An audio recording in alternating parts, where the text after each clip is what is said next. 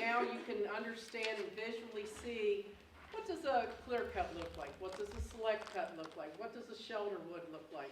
You know, because you've played this dumb game. But it is a good way of practicing different scenarios.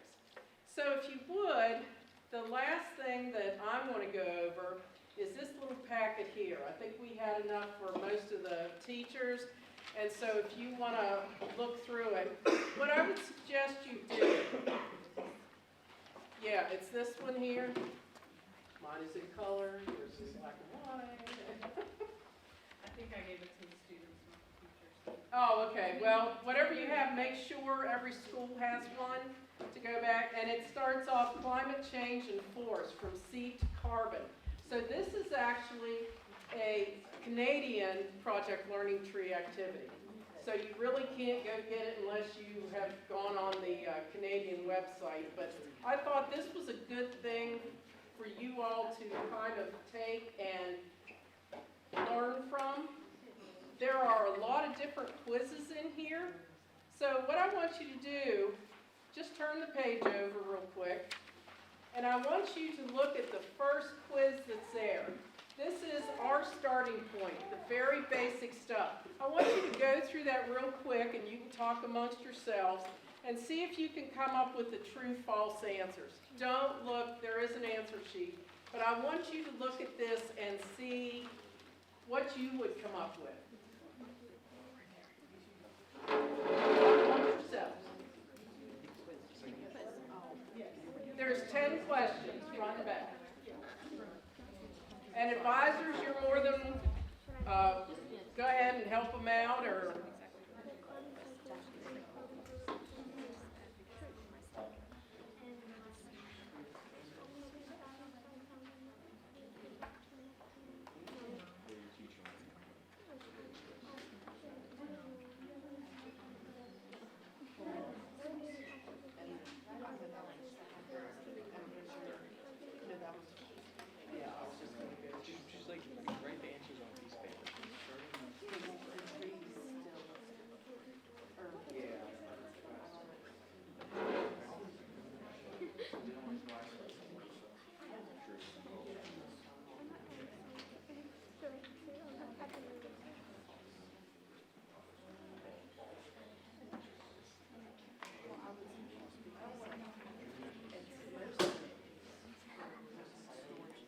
So, how are we doing? What number is everybody on? 3? Okay.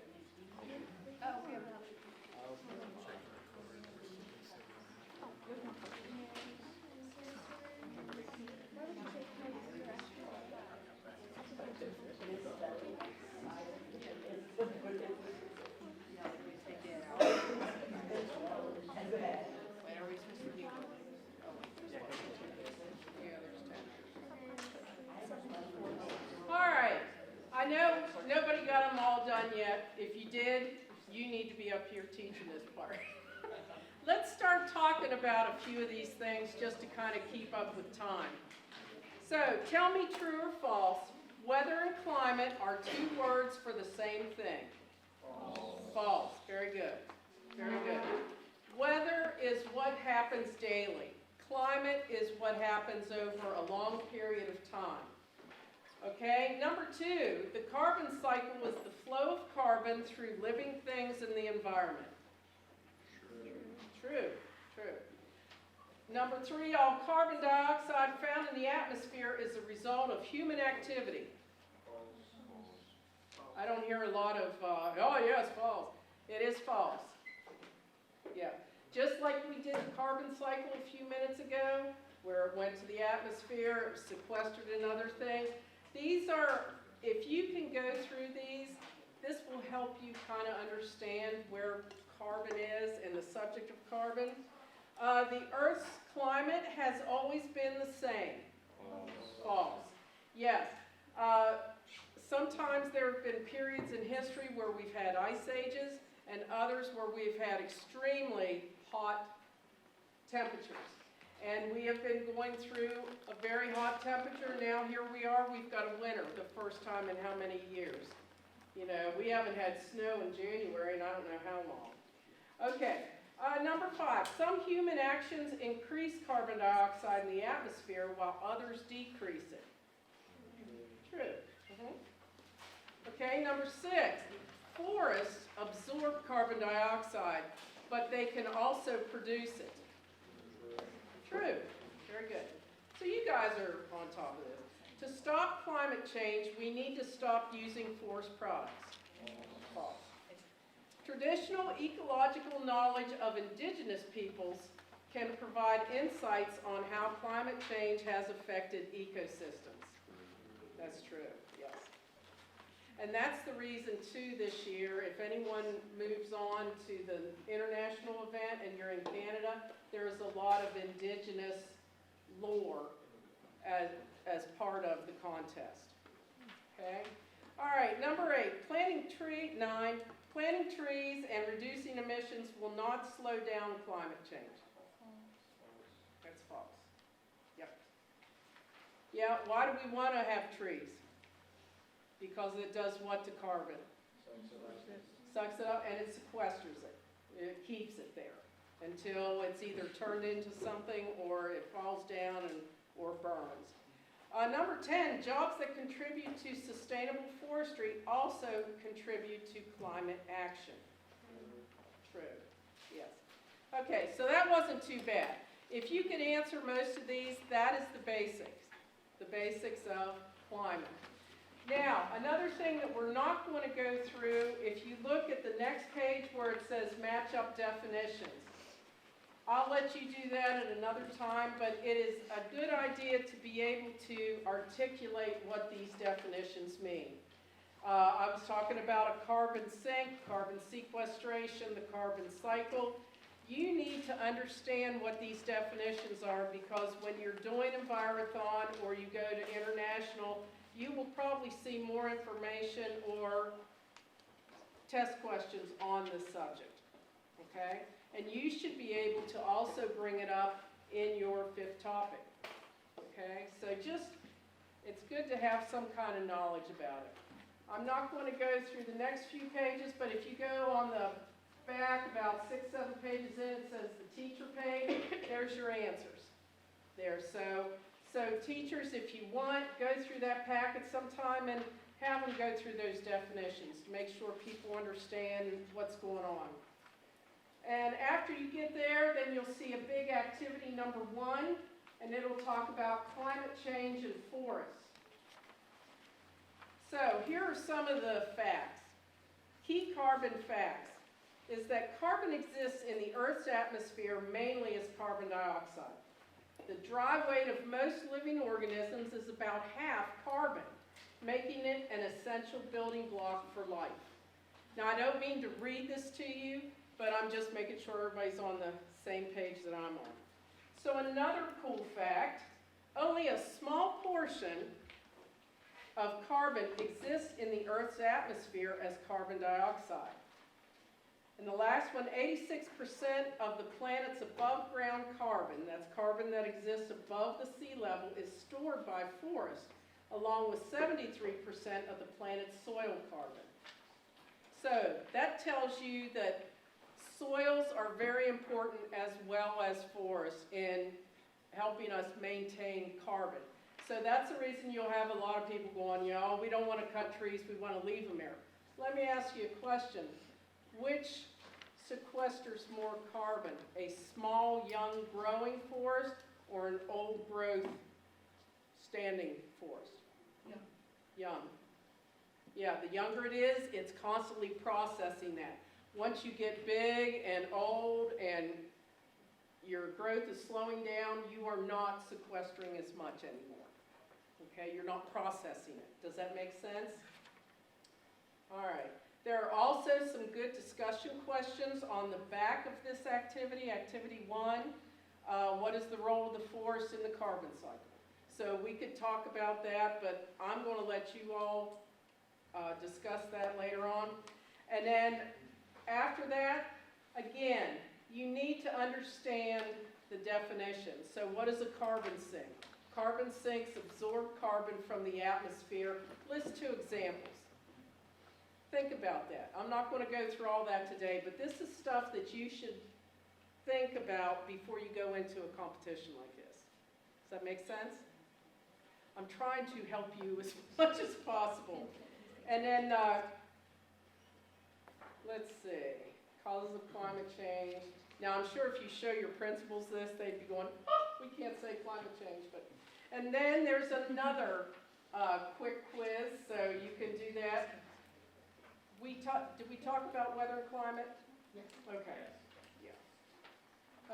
And then there's the same page. I put two of these together. So let's talk about the carbon footprint. It's about midway back. So the carbon footprint gives you an idea of where carbon is. And the biggest part of it shows you, it doesn't give you percentages, but it kind of shows you in a graphic how much carbon is contributed by certain industries. Okay, so that could be industry itself, energy, road transportation, agriculture, electricity and heating, land use changes and forestry, which we've been talking about a whole lot today, landfill and waste, petroleum refineries, non-road transportation like planes and all that, fuel production and transmission, and buildings. I think I may have already said that. So this is where our carbon goes, and this is how some of the ways, it's good to kind of understand that. You know, what is one of the biggest carbon contributors? It's probably electricity, heat, could be industry. So these are things, if you look up the carbon footprint, this is a good thing. And then there's a quiz after that. So this whole thing is set up with a bunch of quizzes. To me, if you can answer these questions, it will help you understand the role of carbon in forests and everywhere. Make sense, yes? Hopefully. I know I'm going through this kind of quickly, but I don't want to sit there and beat you over the head with carbon, which it sounds like I'm doing right now. And then again, activity 3 is a teacher's page, so I tried to get those down. One of the things I would suggest, and I was going to do this today, but I don't think we would have really had time. In the back, teachers, there is something called Climate Smart Forestry Mix and Match cards. If you would cut these up, you can actually go through, I'd make a copy of it first, so you don't get lost. But it will talk about a climate change effect, forestry to the rescue, different forestry activities that could help with this situation, and then it even gives you the climate smart forestry practice to help you achieve that goal. So when you get a chance, look those over. Understand what it is saying. Yes? Okay. And then another quick quiz at the end. Like I said, I went through this and I was like, oh, okay, if I can answer the questions on these quizzes, I am well on my way to understanding forest and climate. And that's all I will say about that. Okay? I'm going to add just a little bit as a closer to Linda's climate lesson. Yes. So, remember what we're teaching you today. You can't learn all of forestry and everything in a day. We're setting down foundations, right? She said carbon cycle so many times because she's trying to get you to understand that that is the foundation, that you have to understand that to be able to work and understand these big climate issues and discussions and lessons. One of the things I want to identify too, though, is that if you look at it for our West Virginia Envirothon here, we gave you a scenario with a landowner and an acreage, right? You think, well, how do I take this big global climate thing and I put it in my scenario? The big thing that's going to happen is you need to understand how climate affects the forest on an individual scale. So, if I have climate change, that could affect the growth of my trees, right? Climate change can change habitats and ranges. All of a sudden, maybe we have more invasive species, and they're going to really like the new climate that we have developed here. So it may increase invasive species or diseases and insects. climate change can also create drier conditions, like we had droughts, right? That's going to be hard on trees, but also drought changes wildfire behavior. It increases the amount and the chances and the behavior of the wildfires that we have. Well, look what's happening right now. Yeah, in Look at California and everything. Absolutely. So, we took it from a big global thing, and then I said, okay, let's narrow it down to how it affects trees and properties. So then look at your scenario. Your landowners don't like fire, right? You may have an overstocked stand that needs a thinning. If you leave it overstocked, that creates more fuel for fire, right? All of a sudden now, I can add these climate elements in there. But I can foresee what's probably going to happen is more questions related to climate, right? As judges, we're going to look through, and we're going to, okay, yeah, they check marked that box, and they check marked that box and everything. And then it's going to come to the end, and we're going to ask you questions because we want to make sure you understand climate change and how it affects the forest, right? So remember, it's a big topic, it is, but you need to narrow it down to how it would affect West Virginia's forests and how it would be applicable to your landowners in the scenario. Does that make sense to everybody? Okay, I'm helping you funnel it down, is what I'm trying to do. All right. Do you guys, we're scheduled for a 15-minute break. Do you want a break or you want us to keep going so you can get down the road quicker? Okay, I'm giving 10 minutes. Okay, so. Let's go, all in favor? What I've done is I've laid some fact sheets in front of your students. There's two for this one, but you can just pick one. So what we're going to do is we're going to do some oral presentation practice. Everybody has an invasive or a disease or an insect, something, in front of you, a fact sheet. We're going to give you a little bit of time to research and read the fact sheet. Then we're going to have peer learning. Your group will come up, let everybody else know what you've learned, and we'll practice your public speaking skills. All right? So we'll give you a little while. Everybody just start reading and talking with yourself. Take notes. Remember, the point of this lesson is to practice for your oral presentation. When you get up here, we're going to be kind of looking at your eye contact, your gestures, that everyone participates, those types of things. So when you go to give your presentation, make sure everyone has a chance to speak. Yeah. Not just the one and done and the rest of you huddle around and going like that.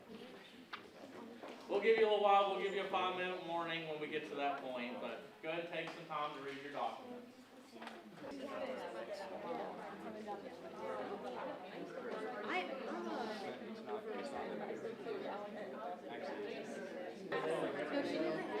You're right. Well, just say, So once again, the point of what we're about to do is just peer teaching. We're all going to learn about some invasive, plants and insects and diseases, that kind of thing. But also for you to practice your public speaking skills and to build a little bit of confidence, right? And you're doing your public speaking. So, who would like to go first? Oh, first hands up. There you go, guys. So if you would, just come over here like you have been all day. Give your speech. We may ask you some questions. You can use your notes. So whenever you're ready. Okay, the I'm sorry, spotted lanternfly is an invasive species that's from southern Asia, and it was found in 2014 in Pennsylvania, and then it very rapidly moved to neighboring states, including West Virginia. It likes to feed off of 70 types of trees, plants, grapes and birch and maple, but the one they like the most is the tree of heaven, which is also a invasive species from Southwest Asia. So since that is also an invasive species, it is also a very good idea to take some of that out of your garden because it can start out small, but it can increase very, very rapidly. So to mitigate the amount of spotted lantern flies you might have in your garden, you can use herbicides to kill it, but it's also very good to be mindful of crops or animals that might be in your area. So always read the labels on herbicides before doing it, and if you see an infestation of spotted lantern flies in your areas or tree of heaven, because that will attract them, it's good to report it to the Department of Agriculture in West Virginia. With the spotted lantern flies, they normally hatch, well, they don't really hatch, but they are formed in a gray putty-like egg sort of mass thing, and they're normally born or whatever in April or May, and then after that they mold, like they change 3 times, and whenever they're fully grown, they have wings and the wings are kind of white, and they have like black dots on them, and they have like a red or blue color to them. In order to prevent this, a good thing to do is in any of your tools in your garage, you can take them and you can simply scrape off the eggs from the trees, or you can smash them and break them because they kind of look like a putty on the trees. Very good, round of applause. So a little bit of peer review, right? So what was a couple things that they did really good at? Eye contact. Yeah, eye contact was excellent. They were voice boomed through the room, right? And very able to hear. I didn't miss a single word of it. I would say the best part of it though was the back and forth teamwork. That was excellent. Very, very good. Constructive things to work on would be sometimes we have like filler words that are like really good to use when you like can't remember like what you were gonna say. The presentation began last minute, man. Yeah, and I get it. The better you know the material, the less likely you are to use those filler words. And we all lose our thoughts sometimes. We gotta reorganize ourselves, right? But just watch for those little filler words. Right? Every group, and I'll say this, anytime I've ever done these like public speaking lessons, every group will do better than the next group because we gave you advice. So now everybody else knows that we really liked your eye contact. We really liked that you worked together. You guys did a terrific job, and we'll see how the next group does. So another round of applause. So we had hemlock woolly aldigan, and this was native to Asia, and it was founded in 1951 in the U.S. in Richmond, Virginia, and it most severely impacts Virginia, New Jersey, Pennsylvania, and Connecticut. So it's really bad there. Develops and reproduces on all species of hemlock, but eastern and Carolina hemlock are vulnerable when attacked. At least 274 species of eastern hemlock are known to exist. It can occur on dry mountain slopes around like the Appalachian Mountains, and it can be planted as trees, shrubs, or hedges. The hemlock woolly aldigid is tiny, less than 1/16 of an inch. It varies from reddish dark brown to purplish black in color, and as it matures, it gets this wool-like filament to protect itself. Okay, round of applause. Do we have any questions for them? Seems like the fact sheets are helping, of course. A little bit of constructive things, right? So the first speaker went, and she's speaking and very out loud, and I felt like, man, they really know this stuff. And I apologize, but the next speaker read off her phone, which is fine. In the contest, you can use cue cards, right? We're completely fine with that. The only problem is, and I know we only gave you like 5 minutes to come up with a speech, but if you never look up, I think that you don't know the material. You're either reciting it to me or you're teaching it to me, right? I want to feel like you guys knew it better than I did, right? So for the kind of the whole group, I know you only had a couple minutes to learn something new, but keep in mind, you can use cue cards, that's great. but you gotta keep and maintain that eye contact. Yes? I do like the, like if I'm allowed to give criticism, I do like that, if they kind of stumbled over their word, or maybe they didn't know it, they just looked at it really quickly, and then they found like the key word that they're looking for, and then it kind of like came back into their head, and they were able to speak out about it. And I'll say another positive, I never saw a stumble. Did you guys see anywhere? It flowed really well, you worked really well as a team. When there was potential mistake, very quick to correct that. You did an excellent job. So, everybody, round of applause. Our invasive species was the elm zigzag sawfly, also known as the Oproceros leucopata. It's an invasive species from East Asia, but it was first found in Europe in 2003 and North America in 2020.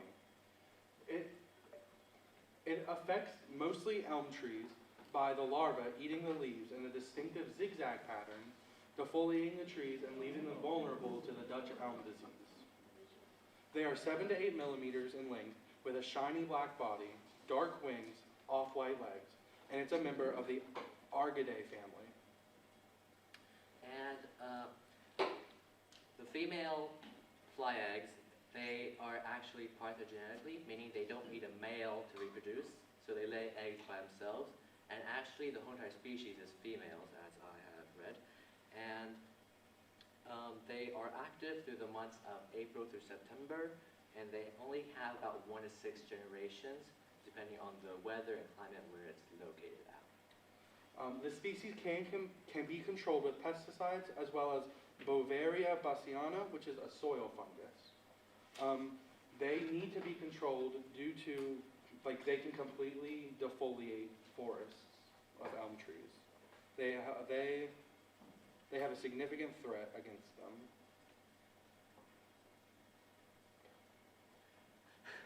And overall, so they have originated from East Asia, which is in parts of like Japan and China, and they often are threats to elm trees, and by defoliating it, it creates a way that it can be infected by diseases like the Dutch elm disease.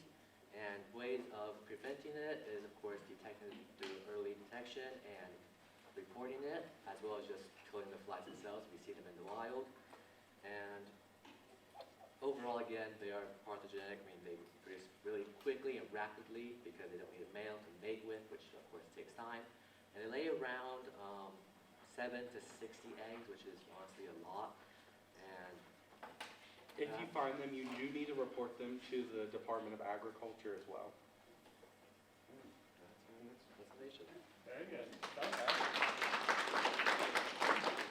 Alright, so a couple things. One, very good use of material. So a couple smart things they did is they have their speech there in front of them, right? When the first gentleman started talking, he was very clear. He definitely knew the information that he needed to know in that beginning portion. When the second individual started talking, you were checking the notes for what you were going to say next. Everybody does that in a contest every single year. I see it. The speaker's one speaking, he's very clear, she's very clear, and the other ones are nervously going. And they want to make sure they get their part, and then it comes, and all the judges, we all look at the person speaking, and so on, and that's fine. As long as that person that's speaking to us is maintaining eye contact. And so you guys did very good at that. You worked really well as a team. Used visual aids, which is great. I wouldn't have thought anybody being able to do that in such a short time period, so that was a really smart move on your all's behalf. I will say just a couple little criticisms to work on, things to work on. I know I'm standing up here and I'm talking to you, and I may be an example of a judge, right? But you don't just have to impress me. If you're in the top 5, you got to impress the room, right? So when I was standing over here, you really wanted to see me, and I could tell you kept looking my way, but really you got to impress the room, right? If you get a big applaud at the end and you've impressed the whole room, it's going to help with the judges, right? And then you're the same as me. We've all complained that we all are on camera today, but we really like to walk around. Yeah. And I went to a big national instructor how to facilitate classes, and my only criticism, and I did this big PIO thing in front of a camera, and they said, Johnny, you've got to stop moving your hands. Yeah. I said, I will work on that. Yeah, you work in a box right here, and if you want to talk, you wanna keep it right here, but when you start doing this, like 1 is fine, 2, 3, but if you're going 1, 2, 3, the more outside that box you go, the more distracted Yeah. you are. And I'm the same way. I talk with my I do the same. hands and everything else. But like he said, when you're talking to Wayne back there in the back. Yeah. Yeah, you need to make sure they hear you, which we could hear you Yeah, fine, but just watch and make sure this doesn't become distractive, because then it's like, has he got something going on there or what? Pardon me, but what's your name, lady? Morgan. Morgan. Morgan did a terrific job. Her elbows were down here, and when she was talking, it was deliberate hand movements, right? Yeah, just Trying to keep small. herself on track, but it never ever distracting. And I do the same thing. When I'm teaching, Me too. get out of my way, because it's like, and over here, we've got big trees. But to Yes. go back, your guys' use of material and Excellent. working together was excellent. Your eye contact was good, your voices were great, you guys did a terrific job, so. And I like how you laid your notes I do down too. instead of having a barrier between you and the audience. So laying them down opened you up, right, instead of kind of creating a block between you and the audience. That was good. Yeah, if I wasn't looking for things to critique, I would have never noticed you were using that paper. But I was sitting here trying to find something. Yeah. So that's great. You Good did a job. great job.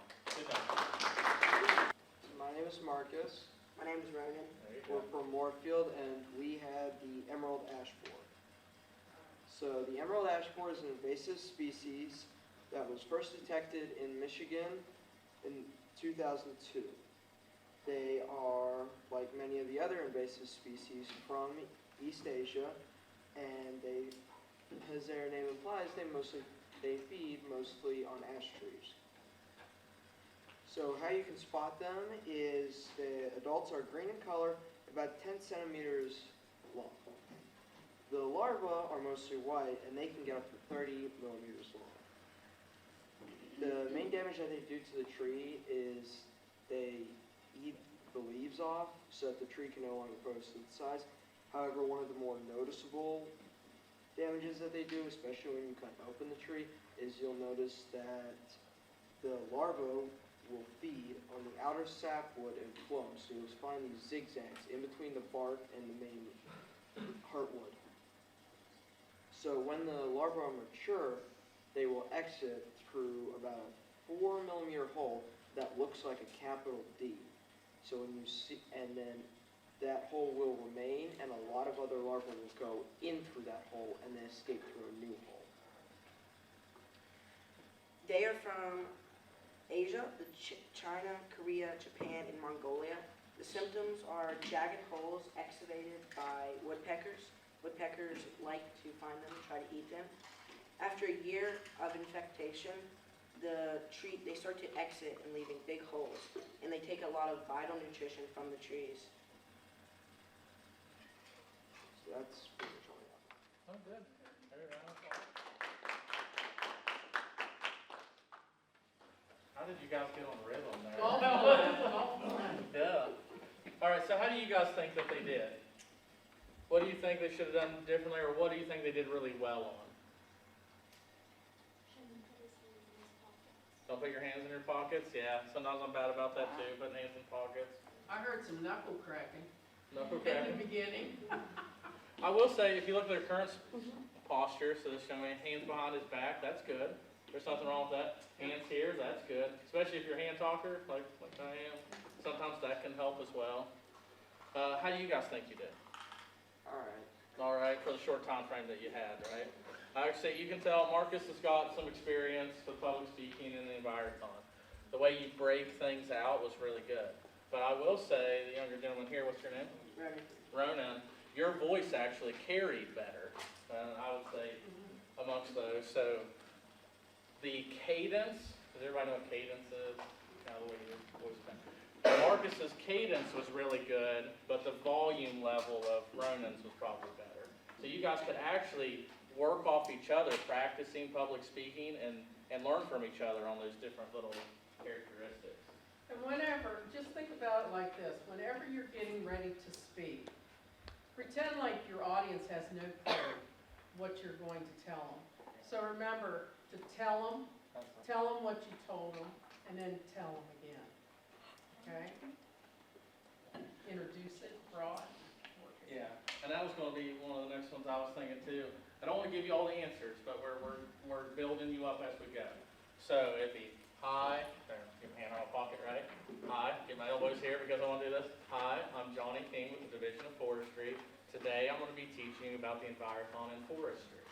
I'd go through my talk, and then at the end I go, thank you guys, I hope this made you more knowledgeable in the Envirothon and forestry. I reminded you of what my end goal was, right? And if you need to contact me, please feel free to do so.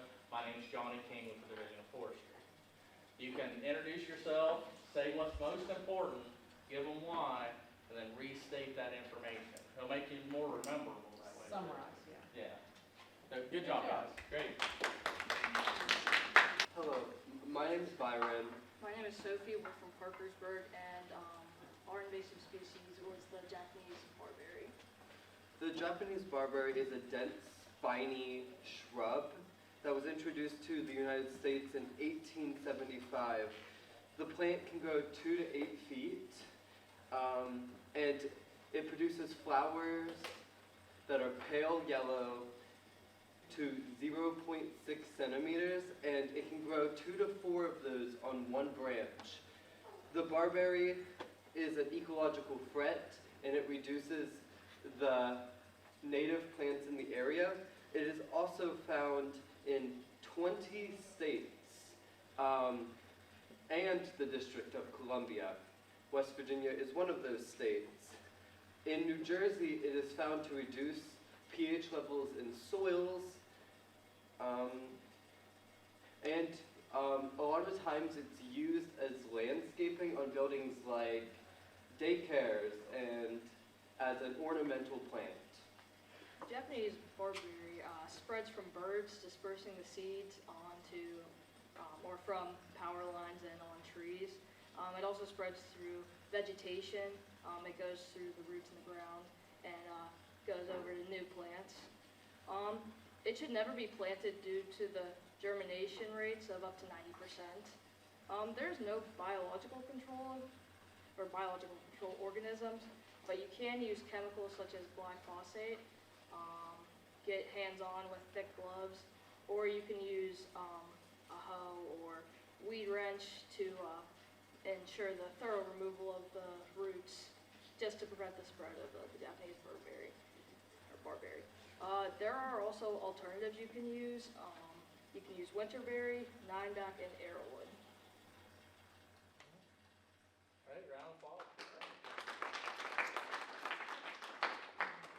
So, I will say this is one of the better groups, and I'm not quite sure why maybe somebody can answer this. I actually felt like you guys cared about the material. That was coming across really early on, and it seemed like you guys knew it, you cared about it, and I really like you said, 20 states and West Virginia. There was like a little inflection there that made it seem like all this is important to your audience. You both had really excellent eye contact and good use of, just like Amy said, your material's down here, and both of you had one little mistake and you corrected it very quickly and easily. So you guys did a terrific job on that. The only thing I'd watch for once again is those feeling words, if I'm not sure, right? That's the only thing, and that takes years of practice. All of us, when you start teaching, and I'm sure the teachers in the room feel the same way, and you first get into public speaking, it is really hard to break those filler words. That's just something you practice. Practice. That's all it takes. I thought you did excellent. I thought it was excellent. This is the group that I felt like cared the most about the information they were presenting to us. And I could tell you were nervous, but you kept your voice slow and took deep breaths when you needed them. So it was really good. Sometimes when you're nervous, you start sounding like the chipmunk on speed. Yeah. So, yes, keep it slow and steady. And I would agree with saying, you guys, your flow of it was nice and steady and constant. It was very good. So, good job. All right. And I don't know, one other thing, I'm sorry. Oh, no, So please. sometimes when people ask you questions, sometimes, I don't know with the timing and everything, but if you're not quite sure, repeat the question back to them as you heard it and understand it. So the question's been asked, is the invasive species a problem in West Virginia? You know, something like that. But if you want to just answer it, that's fine, but if you're not quite sure, sometimes taking that moment to kind of reiterate what you heard as the question helps it connect up here a little better. So what's really common from what I've seen is they'll give their speech, they'll offer, they'll say, is there any questions? The judges, we all kind of look at each other, right? A judge will ask a question, and it is okay to ask the judge to repeat the question. That is completely fine, and it does not hurt your time. We start that clock at certain intervals, right? So you'll be okay with that. And you are allowed to confer. So if you, let's say you don't know the answer, one of you doesn't feel super confident about it to jump in there, you can say, can we confer? The judge will say yes, and then you could go, it's okay to do that in a contest. Just like that. Yeah. Man, we're doing a really good job, aren't we? Yeah, we are. We're doing great. Yeah, I just did this to solve for time. Wow, we're amazing. They're nervous standing up there, Johnny. Hello, I'm Jenna, And I'm Kalia. and we're from Carver. The plant we have is an autumn olive. It is native to China, Korea, and Japan, but it was introduced to the U.S. in 1830. They have a small pinkish reddish fruit, and they are about 1 to 3 inches in length. They grow alongside roads and pastures, and they grow better in drier climates. They do not grow in wet climates. They affect the nitrogen cycle pretty badly, and that's why they're so invasive. They're also very competitive, and they deprive other plants of sunlight because they can grow so tall. So that's one of their the reasons why they're so invasive.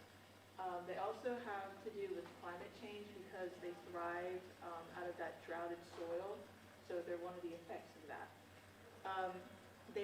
They re-sprout really easily, and most people, since they grow in lawns, they normally mow them, but since they re-sprout so easily, they can keep coming back and keep replanting. The most recommended treatment is herbicides. The most known one is glyphosate, which is used as a solution. And it may need multiple treatments depending on how large the plant is or how invasive it is. Good job. Really good eye contact, both of you. Excellent eye contact. And it's okay to look at the judges, talk to them, and then talk to your audience. And that's what you're doing. You look at us, then talk to the audience. Look at us, talk to the audience. You were making sure you were scoping the whole room. Both of you were doing that. So excellent job. I heard every word that you said. Your voice moved clearly. Is there anything you guys had to add on there? You kept your hands like right there. It wasn't real big in it, and that's fine. That's perfect. Just the only thing we work on the filler words, right? The filler words that we get nervous and we use. That would be the only criticism. Anything else that you guys see that maybe need to be changed on theirs? How do you feel about your speech? Could have been longer. Could have been longer, a little bit more time to gather material, right? Yeah. So that There overall, again, that comes with practice. that comes with practice. So if you're doing something like that, and you're like, ooh, could have been just a little bit longer. This is where maybe you find out more material or your delivery. Yeah. Okay? Practice, practice, practice. Excellent job though, very good. So everybody get another round of applause. Hi, I'm Holly Conway. And I'm Parker Taylor. We're from Clay, and we have Japanese stiltgrass. This invasive species is from Asia and grows through spring and summer, reaching heights of 2 to 3.5 feet tall, with lance-shaped pale green leaves that are asymmetrical. They produce flowers in late summer and then turn into achenes that are produced soon after. It's well adapted to low-light conditions in which it thrives against native plants. White-tailed deer allow for its spread because they eat native plants that grow around it and avoid Japanese stiltgrass. Another way that it outcompetes native plants is that it can alter the chemistry of soil, and it grows much faster than native plants, and it outcrowds them and shades them out. Japanese stiltgrass can be found in 25 eastern states, including West Virginia, but mostly along the coast, in a wide variety of habitats that include moist ground, open woods, floodplain forests, wetlands, uplands, fields, thickets, paths, and places subject to regular disturbance. It was first documented in Tennessee in 1919. It may have escaped as it was used in packing porcelain products, and in the past century since it's arrived here, it's destroyed a lot of native environments here. And one of the biggest reasons that it's such an ecological threat is there's virtually no way to really get rid of it, because the best herbicide that's used to contain it is Roundup, and we know that that's very dangerous. That's usually not used very much. And the other way is you have to hand pull it, but it's dangerous to hand pull it because it also grows alongside a native species called Virginia cutgrass. Good job, guys. Best for last, right? No, very booming, very good voices, very good posture. There, I'm messing up. And anytime you guys made a slight mistake, very quickly and politely corrected it. You seemed like you knew the material, felt confident in doing it, made me care about it. Excellent. I really don't have much to add to this one. Me, and I was like, really? You could have went on longer and I would have continued to listen without getting bored. It was great. So, anything to add from the crowd? Anything you saw that we missed? Excellent job. Good job. There is a judging score rubric, and we're looking for you to meet a lot of those key topic like materials, right? There will be times for questions, and remember you can confer for questions. That's fine. Wayne, do you have anything to add for the oral presentation part? Not much. I think you hit on a lot of good things. Everyone had a lot of good presentations here today. And you're on the road to doing the presentation come April. So thank you for taking time to do that. But as far as presentations go, I would get as Johnny said, on the web page, get the rubric that's on there, go down through it, and make sure that you cover every part of that, because that is what the judges are judging you on. They're getting the sheet out, the score sheet out, and you're making sure you do this, this, and this, and if you don't do this, you don't get any points. So, get that score sheet out on the webpage, take a look at it, and make sure that everything is covered. And it's going to be really important. Remember I said you have 3 objectives, right? You need to be very clear about saying what your objectives are. How are you meeting those objectives and how you did your objectives, right? Keep restating that stuff. And then be prepared to answer questions that maybe weren't completely addressed in your presentation. They may ask you climate stuff that's not in your presentation, right? So be prepared for questions. Yes, please. So so whenever you're in your like questionnaire part, is it worse for one person to answer, like everyone talks and then one person be the speaker, or would that just kind of sound like only one person knows the stuff? So by the time we get to that point, everybody in your group should have participated through your speech. I think it's okay if one person answers the question. Now, it just makes you look that much more that you're working as a group if more people work together to answer that question. We want to see teamwork. So to say I don't think it would hurt you if one person presented and answered the question really well, but it couldn't hurt to work as a team and answer the question as a group. I think you'd be better off if more people answer the questions than one person. Yeah. As far as, There you go. Yeah. So the president of Envirothon says answer as a group. Any other questions about oral presentation, that topic? We're kind of getting close to wrap up, and I'll let Wayne do like final remarks and things. But there was an evaluation form. It's real simple, wouldn't take long. But I want everybody to make sure you filled that out, and at least make sure the teachers sign the sign-in sheet so we can keep track of who all was here today. All right. Wayne, I'll let you do your closing remarks. Does everybody do you feel this was helpful today? Yes. Head nods. Did the lesson seem engaging? Yes. Okay. Do do you think it's beneficial for us to continue to have fifth topic focused trainings? Yes. Now I can't. So Yeah, now we've done it, now everybody's scrutinizing everything we do up here. Yeah. Okay. Thanks, Johnny. And let's give everyone around, all of our presenters around. Yeah, that's a terrific job, and it takes a while for them to get everything ready to present to you, and takes so a lot of work. So thank you all for doing that, and thank you all for coming. And I hope to see you all in April at the Envirothon.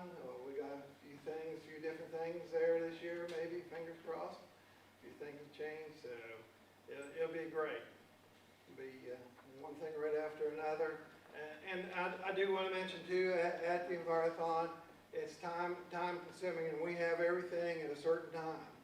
So it's very important that you go to these things at a certain time as we bring you in and take you around, because everything is scheduled from going through the tables inside exhibitors to going out and practice before the Envirothon to taking your pictures. Everything is scheduled. And remember, it's important to get your pictures taken, photos taken, because Davin over here, he keeps a list of everyone's name, pictures, and if someone asks him for so-and-so and such and such, he can go right to that at the moment. Otherwise, it takes him an hour and a half to find you. So that's why it's very important to get your photos taken. It's actually a requirement. Yeah, it is a requirement. Thank you. It is a requirement this year. So, and then your time of going down to the practice sessions, Yeah. you make sure that you go at that time, because what happens is, if you don't cycle through at that certain time, then you get, instead of 1 or 2 teams there, you're bunched up 5, 10 teams. And it's so hard for them to get across to you what they want to get across to you if you don't do that. So don't hold off from going to the sessions at that time. Okay? So, anything else? Tammy, you have anything? Nope? Anybody? Not anything? If Tammy's good, we're all good. Yeah, Tammy's good. I'll be collecting the evaluations. Yeah, don't forget to do the evaluation. Thank you so much for coming, Have a safe trip. and good luck, and have a safe trip.